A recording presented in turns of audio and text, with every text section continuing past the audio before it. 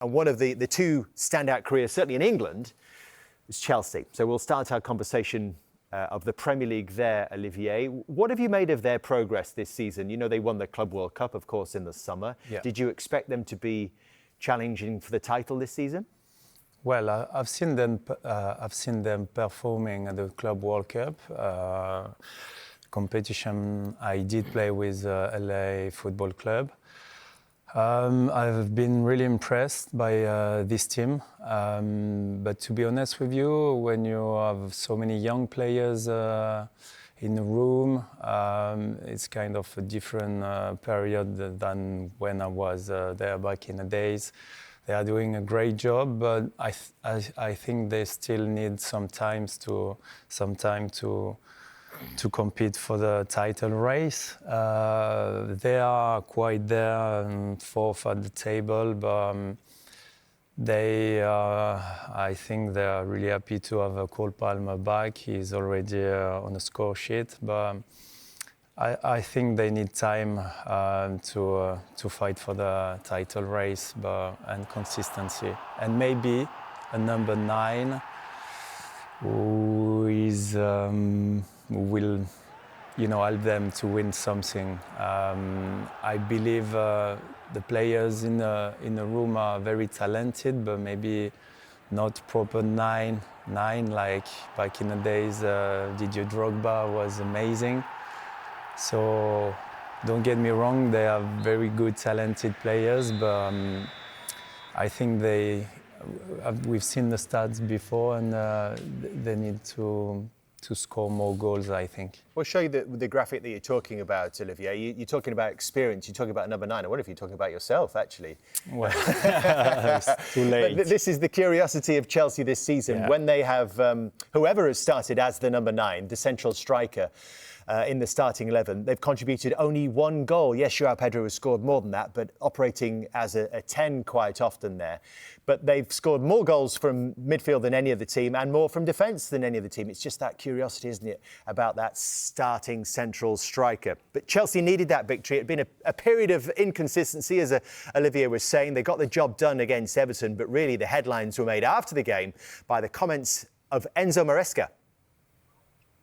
After a complicated week, since I joined the club, the last 48 hours has been the worst 48 hours since I joined the club, because many people didn't support us. So very happy for Malo in that moment, that the effort from Malo, from the rest, show that they are all there and they want to help this club. Interesting. So today he was asked to clarify those comments in his press conference ahead of the Carabao Cup tie with Cardiff. He chose not to. He said he'd said all he wanted to say on Saturday night. So by doing so, Jamie, by refusing to clarify, there's still, I suppose, this uncertainty really about who he was talking about. It's not uncertain. He's speaking about the owner and the sporting directors. And I think this is a classic case that we see at a lot of clubs now, where you have a head coach, not a manager, and sporting directors. And what you get is the coach comes in initially and agrees to the terms and conditions, but then he feels like, yes, but then he feels like he's done a really good job, and he has done a great job, getting Champions League football last season, winning a European competition and winning the Club World Cup. So then slowly he feels like he should get more power. He'll be really disappointed by Chelsea not going into the market and buying a centre-back in the summer when Colwill got the big injury. So in the last few weeks, the results have just turned on him a little bit. So he's calling something out, that he wants something in the public, which I don't agree with. We spoke about Mo Salah last week. This is not as extreme, but it's a similar sort of situation. I don't like people going public, whether it's a manager or a player. You sort it in-house. But the problem for Enzo Maresca is, if he continues like this, there's only going to be one winner, and it's not him. Well, we should talk about the job that he's done so far at Chelsea, and we can put that in statistical terms when we see the amount of points he's amassed since taking over at Chelsea. And he's in 5th place. And interestingly, there's not a huge gap between the top two there, Liverpool and Arsenal, and Chelsea, only 13 points difference since Maresca actually came in. And as Jamie's saying, he's won the trophies as well. The UEFA Conference League, the Club World Cup, he's talked about today. He's talked about the fact that if they beat Cardiff, they're into the third semi-final of his time. So if this is a falling out, Jamie, and if there is a split and this split widens, who stands to lose more from this situation? Is it Chelsea or is it Enzo Maresca? I think it'll just be Maresca, because we are talking about Chelsea being one of the most coveted jobs, I would say, in European football. But the one thing you can't throw at Maresca is he's not capable at this level. We're talking about Manchester United tonight and Ruben Amorim. We're going to speak to him later in the next part. And there's still that question mark. Is he capable of coaching at the highest level against the best coaches in the Premier League? We don't know. I wouldn't say that about Maresca.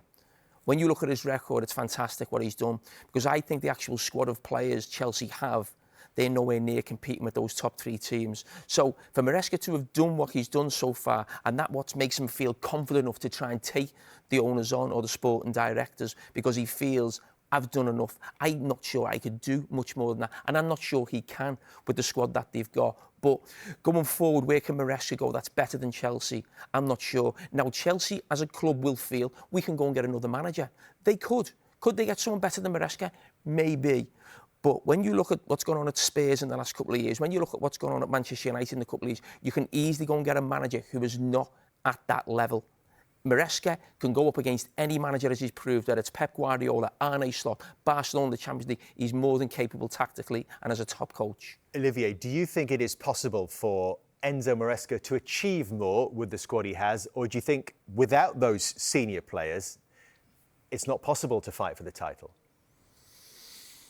As I said before, he needs a striker who is consistent. He needs to find the good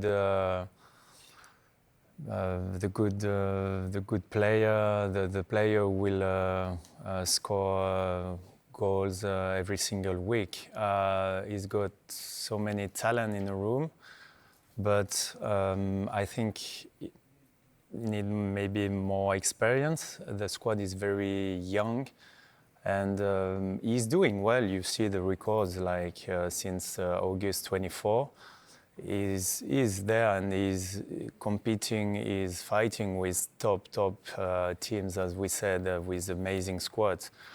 Maybe needs he feels he needs one or two more players, maybe one centre back and one another proper number 9. But I like a lot talking number 9. I like a lot Delap. If we let him settle well and a bit of time, I think he can be the type of striker who can do the job. But I think Maresca is doing well so far. He's 4th at the table and they won the last game, so I'm not too much worried about the situation. I don't think Maresca is manager of Chelsea next season. Oh, okay. Regardless of what happens? No. I think when you come out and speak like your ownership like that and you start going public, that's a big problem. I don't see him there next season.